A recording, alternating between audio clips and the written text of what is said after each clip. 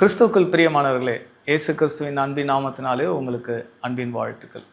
இன்றைக்கு கூட நம்ம அநேகருடைய வாழ்க்கையில் அநேக போராட்டங்கள் உண்டு, அநேக தடைகள் உண்டு, அநேக பிரச்சனைகள் உண்டு. நம்முடைய வாழ்க்கை என்னடா பிரச்சனை ஊடாகவே நாம் போய் கொண்டிருக்கிறோமே என்று அநேகர் சொல்லி கொண்டு இருப்பது உண்மைதான்.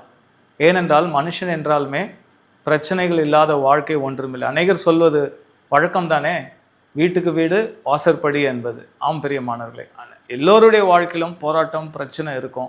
ஆனால் சில பிரச்சனைகள் வெறும் தானாக வருவது கிடையாது, இயல்பாக நடப்பது கிடையாது. ஒருவேளை ஆண்டவர் அனுமதிக்காமல் சில பிரச்சனைகள் வருவது உண்டு. கர்த்தரால் வருகிற சில போராட்டங்கள், சில பிரச்சனைகள், சில தடைகள், சில சோதனைகள் உண்டு. ஆனால் அநேக வேளையில் சத்துருக்களினால், எதிரிகளினால் நம்முடைய வாழ்க்கையில் அநேக இன்னல்கள் வருவது உண்டு. பாடுகள், அவமானங்கள், தடைகள், முன்னேறக்கூடாதபடிக்கான சில போராட்டங்கள் வருவது உண்டு. அநேகர் இதை சொல்லிக்கொண்டு எப்பொழுது என்னுடைய வாழ்க்கை மாறும், எப்பொழுது இந்த சத்ருவனுடைய பிரச்சனை என்னை விட்டு போகும் என்று அநேகர் சொல்லிக்கொண்டு இருப்பது உண்மைதான். இன்றைக்கு நம்ம பார்க்க போகிறது, ஆண்டவர் எப்படி நம்முடைய வாழ்க்கையில் இருக்கிற சத்ருவால் வருகிற தடைகள், சத்ருவால் நம்முடைய எதிரியினால் வருகிற சில போராட்டங்கள், கஷ்டங்கள், பிரச்சனைகளை எப்படி அவர் நீக்கி போட வல்லமை உள்ள தேவனாக இருக்கிறார் என்று அவருடைய வார்த்தையிலிருந்து நாம் இன்றைக்கு பார்க்க இருக்கிறோம். அது நம்ம இன்றைக்கு நாம் பார்க்க போவது நாகும் 1:13. நாகும் தீர்க்கதரிசியினுடைய புஸ்தகத்திலே 1ஆம் அதிகாரம் 13ஆம் வசனத்தை உங்களுக்காக நான் படிக்கிறேன். இப்போதும் நான் உன்மேல் இருக்கிற அவன் நுகத்தை முறித்து உன் கட்டுகளை அறுப்பேன். இப்போதும் நான் உன்மேல் இருக்கிற அவன் நுகத்தை முறித்து உன் கட்டுகளை அறுப்பேன். அவன் என்று சொல்லப்பட்டிருக்கு. அவனுடைய நுகத்தை அப்படின்னா என்னங்க? அவன்னா யார்? அவன் என்றாலுமே வேதத்தில் பிசாசை தான் குறிக்கிறது, நம்முடைய சத்ருவை தான் குறிக்கிறது, சாத்தானை தான் குறிக்கிறது. சாத்தான், பிசாசு என்கிற ஒரு எதிரியானவன் என்ன செய்கிறான்? நமக்கு விரோதமாய் அநேக பாரமான விஷயத்தை வைக்கிறான். நுகம் என்றால் என்னங்க? நுகத்தடி அப்படின்னு சொல்லுவதை நாம் பார்த்துருக்கிறோம். மாடுக்கு உழும்பொழுது அதோடைய கழுத்தின் மேலே நுகம் இருக்குமா. வெளியில் போகிற மாட்டின் ஜோடிக்கு மேலே கட்ட வைக்கப்பட்டிருக்கும். அது தாங்க நுகத்தடி என்று சொல்லுவாங்க, தடி. ஸோ அது எவ்வளவு பாரமாக இருக்கும், எவ்வளவு அழுத்தமாக இருக்கும். அதுபோல் அநேகருடைய வாழ்க்கையில் சில காரியங்கள் ரொம்ப சுமையாக இருக்கும். அந்த நுகத்தடி நம்ம நிமிரக்கூடாதபடிக்கு, வாழ்க்கையில் தலை நிமிர்ந்து நடக்கக்கூடாதபடிக்கு, தலை குனிந்து இருக்கும்படி, நம்முடைய வாழ்க்கை அப்படியே தரமட்டமாக போகும்படியான சூழ்நிலை அநேகருடைய வாழ்க்கையில் காண்பது உண்டுங்க. இதற்கெல்லாம் காரணம் மக்கள் மீது இருக்கிற அந்த நுகத்தடி தான்.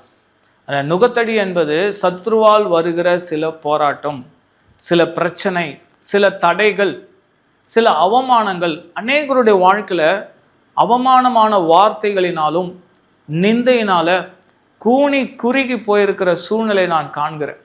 அநேகர் வெட்கப்பட்டு தலை குனிந்து போகக்கூடிய அநேகர் அவதூறான வார்த்தைகளை சத்ருவின் இடத்துலேருந்து வருகிறதை கேட்டு அறிந்து ரொம்ப மனம் உடைந்து அநேகர் காணப்படுகிறீர்கள்.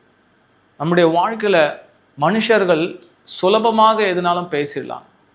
மனுஷருடைய பழமொழி ஒன்று உண்டுல, நரம்பு இல்லாத நாக்கு என்று சொல்வார்கள். ஆமாங்க, வேதத்தில் நம்ம பார்க்கும் பொழுது மரணமும் ஜீவனும் நாவில் இருக்கிறது என்று பார்க்கும். அநேகர் மற்றவருடைய சொல்லினால, மற்றவருடைய இழிவான வார்த்தையினால, இதயத்தை உடைக்கக்கூடிய சில வார்த்தையினால அநேகர் இந்த உலகத்தை விட்டு போயிடலாமா, உயிரை மாய்த்து கொள்ளலாம் என்ற அளவுக்கு அந்த வார்த்தை உள்ளத்தை குத்துகிறதாய் அமைந்திருக்கிறதுங்க. அநேகருடைய வாழ்க்கையில் சத்ருவால், கூட பிறந்த சகோதர சகோதரிகள், நண்பர்கள், உற்சாக உறவினர்களால அநேகருக்கு அநேக தடைகள் உண்டு, அநேக போராட்டங்கள் உண்டு, அநேக பிரச்சனைகள் உண்டு. பாரமான விஷயங்கள் அநேகருடைய வாழ்க்கையில் வரும். நிறைய பேர் சொல்லுவான், வேற யாராவது சொல்லியிருந்தா கூட நான் கவலைப்பட மாட்டேன், இவங்களை நம்பி இருந்தேன், இவங்க எனக்கு விரோதமாக பேசிட்டாங்களே. அதே போல் சிலர் இந்த நிகழ்ச்சியை பார்த்து கொண்டிருக்கிறவர்கள் இப்படி சொல்லி கொண்டு இருக்கிறீர்கள். உள்ளம் உடைக்கப்பட்டு காணப்படுகிறது. இந்த வார்த்தையை நான் எதிர்பார்க்கவில்லை. அநேகருடைய வார்த்தை உள்ளத்தை உடைக்கக்கூடியதாக இருக்கிறதுங்க. அதுபோல் சத்துருடைய சில தடைகள் நம்முடைய கழுத்தின் மேல் வைக்கப்பட்ட ஒரு நுகத்தடியை போல இருக்கு. அநேகருடைய வாழ்க்கையில் சத்துருடைய போராட்டம், சத்துருடைய எதிர்ப்பு, அவனுடைய வஞ்சனையான காரியங்கள், அவனுடைய உபாயங்கள், அவனுடைய கண்ணியான விஷயங்கள், பிளான் பண்ணுற விஷயம், மறைந்திருந்து செய்கிற காரியங்கள் அநேகருடைய வாழ்க்கையில் முன்னேறக்கூடாதபடிக்கு ஒரு போராட்டம் நிறைந்ததாக இருக்கிறது, தடை நிறைந்ததாக இருக்கு. ஆண்டவர் இங்கே என்ன சொல்லியிருக்கிறாரு? இப்போதும் நான் உன்மேல் இருக்கிற அவனுடைய நுகத்தை முறித்து, யாருடைய? சத்ரு வைத்த அவன் நுகத்தை முறித்து உன் கட்டுகளை அறுப்பேன் என்று சொல்கிறான். ஹல்லேலூயா. கட்டுகளை அறுப்பேன்னா என்ன அர்த்தங்க? அநேகருடைய வாழ்க்கையில் முன்னேறக்கூடாதபடிக்கு கட்டுகள் இருக்கும். அறுக்கிறேன்னு சொன்னால் அப்படின்னா என்ன அர்த்தங்க? உடைக்கிறதுன்னு ஒரு இடத்துல இருக்கும், கட்டுகளை உடைக்கிறது வேற, அறுக்கிறது வேற. காலை கட்டி போட்டு வைத்திருப்பாங்க, பிரயாணம் பண்ணக்கூடாதபடிக்கு, வாழ்க்கையில் முன்னேறக்கூடாதபடிக்கு, பிஸ்னஸில் நல்ல வளர்ச்சி அடையக்கூடாதபடிக்கு, திருமணம் ஆகக்கூடாதபடிக்கு அநேக கட்டுகள் இருக்காங்க. இது மனுஷரால் வரலாம், பிசாசானவனால் வரலாம், சத்ருவால் வரலாம். கட்டப்பட்ட வாழ்க்கையை ஆண்டவர் என்ன சொல்கிறாரு? உன் வாழ்க்கையை நான் மாற்றுவேன், உன்மேல் இருக்கிற அவனுடைய நுகத்தை நான் முறித்து உன் கட்டுகளை அறுப்பேன். ஹல்லேலூயா. ஆம் பிரியமானவர்களே, நீங்கள் சோர்ந்து போய் இருக்கிறீர்களா? முடங்கி போய் இருக்கிறீங்களா? உங்களுடைய வாழ்க்கைக்கு ஒரு மாற்றத்தை ஆண்டவர் கொண்டு வர இன்றைக்கு ஆவலாக இருக்கிறார். அவர் கிருபை நிறைந்த தேவனாக இருக்கிறார், அவர் வல்லமை உள்ள தேவனாக இருக்கிறாருங்க. உங்களுடைய வாழ்க்கையை மாற்றக்கூடும் என்றால் அது தேவனாலே மாத்திரம்தாங்க கூடும். உங்களுடைய வாழ்க்கையை முற்றிலும் மாற்றி போட அவர் இரக்கமும் கிருபையும் நிறைந்த தேவன். இயேசு கிறிஸ்துவனுடைய அன்பு ஒரு மேலான அன்புங்க, தாயை பார்க்கிலும் மேலான அன்பு. ஒருவனை அவன் தாய் தேற்றுவது போல நான் தேற்றுவேன் என்று சொல்லியிருக்கிறார். தாய் தன் பாலகனை மறப்பாலோ அவள் மறந்தாலும் நான் மறவேன் என்று சொல்லியிருக்கார். ஆமாங்க, உலகத்தில் பெரிதான அன்பு அது தாயின் அன்பு தான், அனைவரும் தெரிந்தது. ஆனால் ஆண்டவராகிய இயேசு கிறிஸ்துவனுடைய அன்பு அதிலும் மேலான அன்புங்க. தேவன் என்ன சொல்றாரு? உன் கழுத்தின் மேல் இருக்கிற அவனுடைய நுகத்தை முறித்து உன் கட்டுகளை அறுப்பேன். அநேகருடைய வாழ்க்கையில் கட்டப்பட்ட நிலை காணப்படுகிறதுங்க. வளரக்கூடாதபடிக்கு கல்வியிலேயோ, தொழிலையோ, குடும்ப வாழ்க்கையிலேயோ, இல்லை என்றால் ஒரு புதிய ஒரு பிஸ்னஸ் ஆரம்பிக்கலாம். நிறைய பேர் ஒவ்வொரு பிஸ்னஸாக ட்ரை பண்ணிகிட்டே இருப்பாங்க, ஆனால் அநேக தடைகள் வந்துகிட்டே இருக்கும். அநேக ஒரு காரியங்கள் முட்டுக்கட்டையாக இருக்கும். வளர்ச்சி அடையக்கூடாதபடிக்கு, திருமணம் ஆகக்கூடாதபடிக்கு, குழந்தை பிறக்கக்கூடாதபடிக்கு, ஆண்டவருடைய ஆசீர்வாதத்தை பெற்றுக்கொள்ளக்கூடாதபடிக்கு அநேகருடைய வாழ்க்கையில் ஒரு கட்டப்பட்ட நிலை காணப்பட்டிருக்கலாம். ஆண்டவருடைய வார்த்தை என்ன சொல்லியிருக்கிறது? உங்களுடைய கட்டுகளை அறுப்பேன். ஹல்லேலூயா. ஆம் பிரியமானவர்களே, சோர்ந்து போகாதீர்கள். ஆண்டவருடைய வெளிச்சம் உங்களுக்கு நேராய் வருகிறது. அவருடைய இரக்கம், அவருடைய வல்லமை உங்களுக்கு நேராய் வந்து உங்கள் மேல் இருக்கிற அவனுடைய கட்டுகளை முறிக்கிற தேவன், கட்டுகளை அறுத்து போடுகிற தேவன், நுகத்தடியை உடைக்கிற தேவனாக இருக்கிறாங்க. ஆமாங்க, உங்களுக்கு விரோதமாக வைக்கப்பட்ட எப்பேற்பட்ட ஒரு தடையாக இருந்தாலும் தடைகளை நீக்கி போடுகிற தேவன் உங்களுக்கு முன்பதாய் கடந்து போகிறார். நீங்கள் தடைகளை நீக்கி சுதந்திரமாய் நடந்து போவீங்க. சேனைகளின் கர்த்தர், ராஜாதி ராஜன் உங்களுக்கு முன்பதாய் கடந்து போவார். அநேகர் யோசித்து கொண்டு இந்த காரியம் எப்படி போய் முடியும், இப்படி கோர்ட்டு வழக்கெல்லாம் இருக்கிறதே, எப்படி போகும்? ஆண்டவர் என்ன சொல்றார்? என் சமூகம் உனக்கு முன்னே செல்லும், அவர் கோணலானவைகளை செவ்வையாக்குவாராங்க. நீங்கள் ஒரு இடத்துல இருந்து நீங்கள் யோசித்து கொண்டிருக்கலாம், இது எப்படி முடியும், இந்த காரியம் எப்படி முடியும் என்று அநேகருக்கு சந்தேகம் உண்டுங்க. ஆண்டவருடைய வார்த்தை என்ன சொல்லுகிறது? என் சமூகம் உனக்கு முன்னே செல்லும். அப்படின்னு என்னங்க அர்த்தம்? தேவனுடைய பிரசனம் ஆண்டவரே உங்களுக்கு முன்பதாக செல்லும் பொழுது எப்பேற்பட்ட தடை இருந்தாலும், இஸ்ரவேல் ஜனங்கள், வேதத்தில் பார்க்கிறோம், தேவனால் தெரிந்து கொள்ளப்பட்ட இஸ்ரவேல் ஜனங்கள் எகிப்து தேசம், அது அடிமைத்தனமாய் இருந்த அந்த தேசத்திலிருந்து புறப்பட்டு செல்லும் பொழுது தேவன் அவர்களை விடுவித்து அழைத்து செல்கிறார். வழியில் அநேக தடைகள் வருது. தடையாக ஒரு செங்கடலே வந்து நிற்கிறது. எப்படி நம்ம அதை கடந்து போவோம் நினைக்கும் மாத்திரத்தில் தேவன் என்ன சொல்றாரு? மோசேயின் இடத்துல சொல்றார், நான் செங்கடலை இரண்டாக பிளப்பேன், உன் கோலை உயர்த்து, செங்கடலில் நீட்டு, நான் இரண்டாக பிரிப்பேன். ஆமாங்க, தேவன் உங்களுக்கு வனாந்திரத்தில் வழியும் அவாந்திர வெளியிலே ஆறுகளையும் உண்டாக்குகிற தேவன், கண்மலையிலிருந்து நீரூற்றை கொண்டு வருகிற தேவன். இது எப்படி ஆகும், இது எப்படி நடக்கும்? நீங்கள் யோசிக்கலாம். இஸ்ரவேல் ஜனங்கள் செங்கடலுக்கு முன்னால் இருந்துட்டு புலம்புறாங்க. ஐயோ, எகிப்தினுடைய ரதங்கள், எகிப்தினுடைய சேனை எங்களை நோக்கி வருது, எங்களுக்கு முன்னால் கடல் இருக்கு, கடலுக்கு நேராக உள்ளே போனால் நாங்கள் மூழ்கி விடுவோம், இல்லை என்றால் எகிப்தினுடைய சேனை எங்களை மேற்கொண்டு எங்களை அழித்து விடுவார்களே, இதற்கு நாங்கள் அடிமைத்தன தேசத்திலே நாங்கள் இருந்திருப்போமே என்று அவர்கள் புலம்பினார்கள். ஆனால் அழைத்தவர் உண்மை உள்ளவருங்க. இஸ்ரவேல் ஜனங்களை அழைத்தவர் தேவனாகிய கர்த்தர் அந்த அழைப்பின் நோக்கத்தை அங்கே செய்து காட்டினார். 10 வாதைகளினால அவர்களை வாதித்த தேவன் எகிப்தியரை இது ஒன்றும் பெரிய காரியம் இல்லைங்க. ஏனென்றால் அவர் தாமே வானத்தையும் பூமியும் உண்டாக்கினவர், சமுத்திரத்தையும் அதில் உள்ள யாவற்றையும் உண்டாக்கின தேவனாகிய கர்த்தருங்க. அவர் சொல்ல ஆகும், அவர் கட்டளையிட நிற்கும். உங்கள் வாழ்க்கையில் எப்பேற்பட்ட தடையாக இருந்தாலும் நீங்கள் நினைக்கலாம், இது முடியவே முடியாது, சான்ஸே இல்லை, இது அவ்வளோ பெரிய ஒரு பாரமான விஷயம், அவ்வளோ பெரிய தடை, இது யாராலும் நீக்கி போட முடியாதுன்னு நீங்கள் நினைக்கலாம்.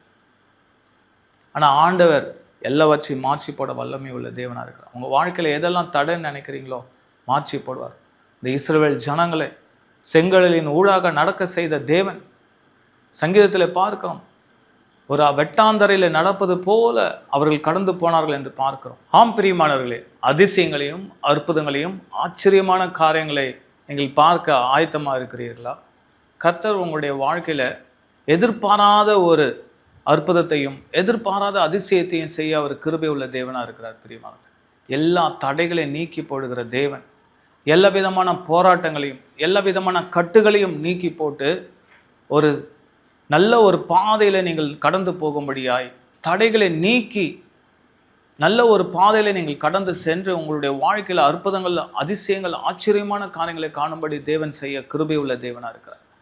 இதோ இஸ்ரவேல் ஜனங்களை குறித்து சொல்லும் பொழுது, நீங்கள் எகிப்து தேசத்திலிருந்து புறப்பட்ட நாளிலே செய்தது போலவே நான் உங்களை அதிசயங்களை காண பண்ணுவேன். ஹல்லேலூயா. ஆம் பிரியமானவர்களே, இப்பொழுது நீங்கள் முடங்கி இருக்கலாம். எவ்வளவோ நான் முயற்சி செய்தேன், அநேக காரியங்களை நான் ஈடுபட்டேன், எல்லாவற்றிலும் நான் தோல்வி தான் பார்க்க நீங்கள் சொல்லலாம்.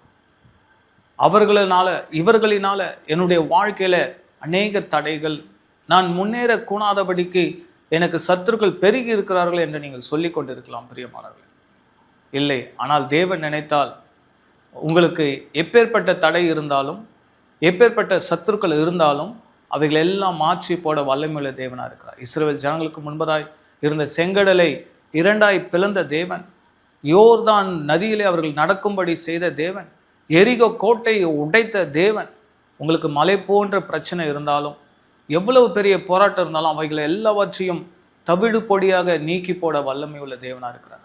ஆமாங்க, இன்னொரு வசனத்தை நாம் பார்ப்போம். அது ஓசியா 11:4. மனுஷரை கட்டி இழுக்கிற அன்பின் கயிறுகளால் நான் அவர்களை இழுத்தேன், அவர்கள் கழுத்துகளின் மேல் இருந்த நுகத்தடியை எடுத்து போடுகிறவரை போல் இருந்து அவர்கள் பட்சமாய் சாய்ந்து அவர்களுக்கு ஆகாரம் கொடுத்தேன். ஹல்லேலூயா. என்ன சொல்லப்பட்டிருக்கு? அவர்கள் பட்சமாய் சாய்ந்து அவர்களுக்கு ஆகாரம் கொடுத்தேன். என்ன சொல்றார் ஆண்டவர்? மனுஷரை கட்டி இழுக்கிற அன்பின் கயிறுகளால். ஆம் பிரியமானவர்களே, ஏற்கனவே சொன்னது போல ஆண்டவருடைய அன்பு மேலான அன்புங்க. உலகத்தில் வேற எவருடைய அன்பையும் இயேசு கிறிஸ்துனுடைய அன்போடு ஒப்பிட முடியாது. தேவனாகிய கர்த்தருடைய அன்பு அவ்வளவு பெரிய மகத்தான அன்புங்க. அவர் என்ன சொல்றாரு? மனுஷரை கட்டி இழுக்கிற அன்பின் கயிறுகளால் நான் அவர்களை இழுத்தேன், அவர்கள் கழுத்துகளின் மேல் இருந்த நுகத்தடியை எடுத்து போடுகிறவரை போல் இருந்து அவர்கள் பட்சமாய் சாய்ந்து அவர்களுக்கு ஆகாரம் கொடுத்தேன். ஹல்லேலூயா. ஆம், சங்கீதத்தில் இன்னொரு இடத்துல சொல்லப்பட்டிருக்கு, ஆகாரம் என்கிற அவர்களுடைய ஆதரவு கோலை முற்றிலும் முறித்தார் என்று பார்க்கிறோம். ஆமாங்க, அப்படி என்றால் ஆகாரம் என்றால் இங்கே ஒரு ஆதரவு கோல் என்று நாம் எடுத்துக்கொள்ளலாம். அவர்களுக்கு ஆகாரம் கொடுத்தேன் என்றால் என்ன பிரியமானவர்களே? ஆகாரம் என்பது ஒரு ஆதரவான விஷயம். ஆகாரம் என்னும் ஆதரவு கோலை முற்றிலும் முறித்தார் என்று சங்கீதத்தில் நாம் பார்க்க முடியும். நம்முடைய வாழ்க்கையில் ஒரு ஆதரவு இல்லாமல் இருக்கலாம். தேவன் நமக்கு எல்லாவற்றையும் கொடுக்க கிருபை நிறைந்த தேவனாக இருக்கிறார். எந்த ஒரு சப்போர்ட் இல்லாமல் இருக்கிறீங்களா? நீங்கள் மனுஷருடைய உதவி இல்லாமல் இருக்கலாம். அவர்களுக்கு எல்லாம் இருக்கிறார்கள், இவர்களுக்கு எல்லாம் இருக்கிறார்கள், நான் தனியாக இருக்கிறேனே, எனக்கென்று உதவி செய்ய யாரும் இல்லையே, நான் ஊரை விட்டு ஊரை வந்திருக்கிறேன், நான் இவ்வளவு தான் படித்திருக்கிறேன், எனக்கென்று உறவு கிடையாது, எனக்கென்று பெற்றோருடைய சொத்து கிடையாது, இன்வெஸ்ட்மெண்ட் இல்லை, நான் எப்படி முன்னேறுவேன், எப்படி என் வாழ்க்கையில் பிஸ்னஸில் நான் முன்னேற முடியும் என்று நீங்கள் நினைக்கலாம். அநேகருக்கு பேரண்ட்ஸ் இருந்து எல்லாவற்றையும் செய்கிறார்கள், பார்த்து கொள்கிறார்கள். என் வாழ்க்கையில் நான் தனிமையாக்கப்பட்டிருக்கிறேனே, எனக்கென்று யார் இருக்கிறார் என்று நீங்கள் அநேகர் சொல்லி கொண்டு இருக்கலாம் பிரியமாக. ஆனால் கர்த்தர் உங்களை தனிமையாக விட அவர் ஒருபொழுதும் நினைக்க மாட்டாருங்க. தனிமையாக அவர் விட மாட்டாருங்க. ஏனென்றால் அவர் விதவைகளின் தேவனாக இருக்கிறார், திக்கற்ற பிள்ளைகளுடைய தகப்பனாக இருக்கிறார். ஆம் பிரியமானவர்களே, தாய் தகப்பனை இழந்தவர்களுக்கு தேவனாகிய கர்த்தர் தகப்பனாக இருக்கிறார், விதவைகளின் தேவனாக இருக்கிறார். சிறுமைப்படுத்தப்பட்டவர்கள் எளிமையானவர்களுக்கு அவர் தேவனாக இருக்கிறாருங்க. அவருடைய ஜெபத்தை அவர் உடனே கேட்டு அவருடைய தேவைகளை சந்திக்க கிருபை நிறைந்த தேவனாக இருக்கிறார். அதனால தான் இங்கே வேதத்தில் பார்க்கிறோம், அவர்கள் பட்சமாய் சாய்ந்து அவர்களுக்கு ஆகாரம் கொடுத்தேன். ஹல்லேலூயா.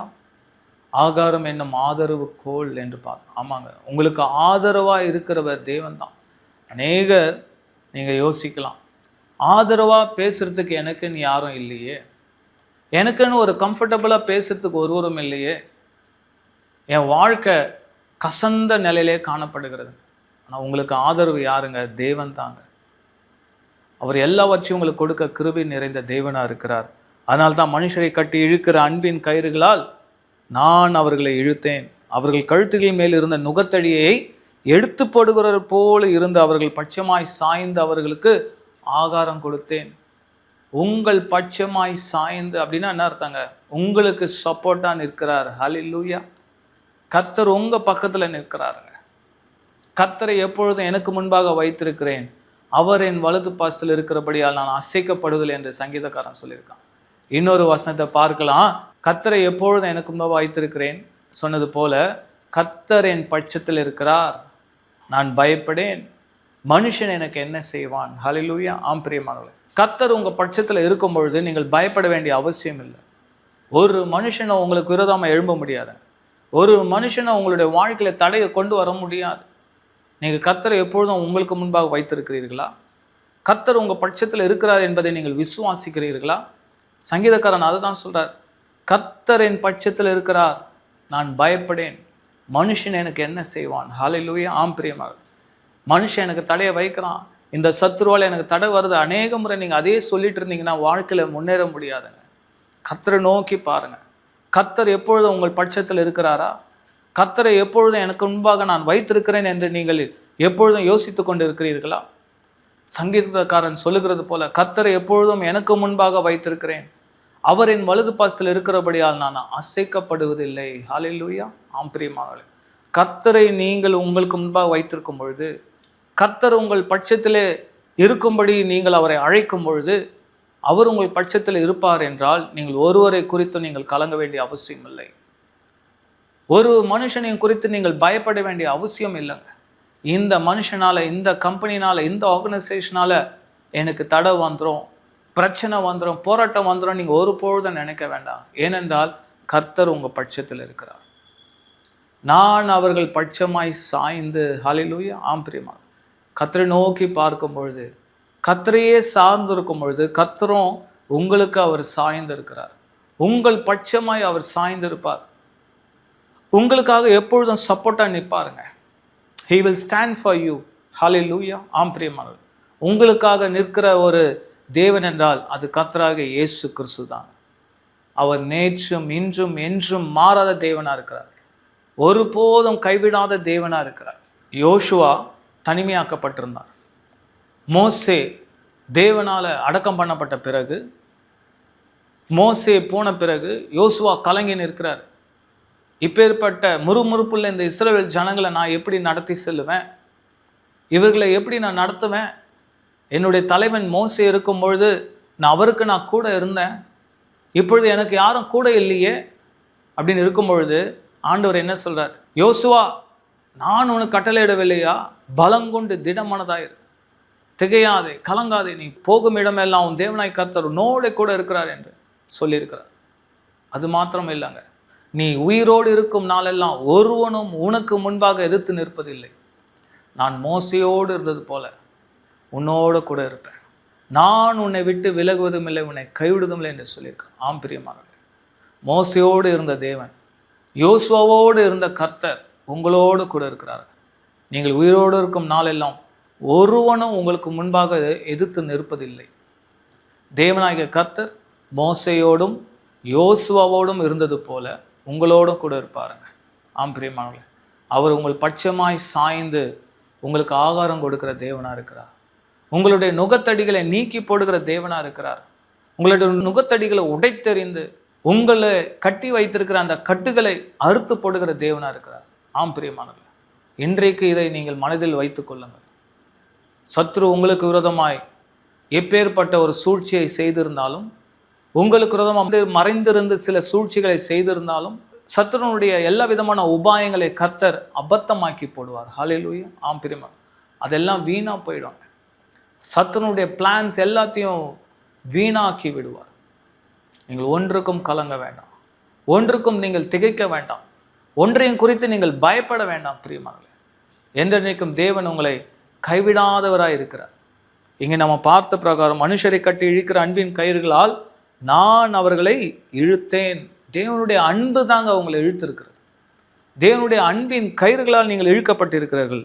அதனால தான் அவர் உங்கள் கழுத்தின் மேல் இருக்கிற நுகத்தடிகளே நான் நீக்கி போட்டேன்றார்.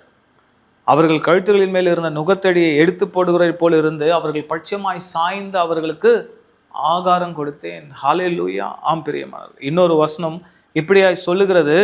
செப்பனியா 3:15 கர்த்தர் உன் ஆக்கினைகளை அகற்றி உன் சத்துருக்களை விலக்கினார். இஸ்ரவேலின் ராஜாவாகிய கர்த்தர் உன் நடுவிலே இருக்கிறார். இனி தீங்கை காணாதிருப்பாய். ஹல்லேலூயா. இனி தீங்கை காணாதிருப்பாய். இவ்வளவு நாள் உங்கள் வாழ்க்கையில் தீங்கை மாத்திரம் அனுபவித்து இருந்திருக்கலாங்க. ஆண்டவருடைய வசனம் என்ன சொல்லுகிறது? கர்த்தர் உன் ஆக்கினைகளை அகற்றி. அநேகர் சொல்லலாம், நான் செய்த தப்புங்க, நான் செய்த பாவம், நான் அனுபவிக்கிறேன், நான் தான் இந்த விஷயத்தை சூஸ் பண்ணேன், நான் தான் இந்த காரியத்தை நான் எடுத்துக்கிட்டேன், என்னுடைய பெற்றோர்கள் சொல்வதை கேளாமல், என்னுடைய நண்பர்கள் சொல்வதை கேளாமல், என்னுடைய போதகர் சொல்வதை நான் கேளாமல் என் இஷ்டத்துக்கு நான் போனேன், இதை நான் செய்யக்கூடாது எனக்கு அநேகர் எச்சரித்தார்கள், ஆனால் நான் செய்தேன், அதனால் இந்த காரியத்தை அனுபவிக்கிறேன். அநேகர் நீங்கள் சொல்லி கொண்டிருக்கலாம். மனுஷர் உங்களை ஒருவேளை வெறுக்கலாம், மனுஷர் உங்களை திரும்ப ஏற்றுக்கொள்ளாமல் இருக்கலாம், அவர்கள் உங்களை அதே வண்ணமாக உங்களை பார்க்கலாம். ஆனால் ஆண்டவருடைய அன்பு, ஆண்டவருடைய பார்வை அப்படி இல்லைங்க.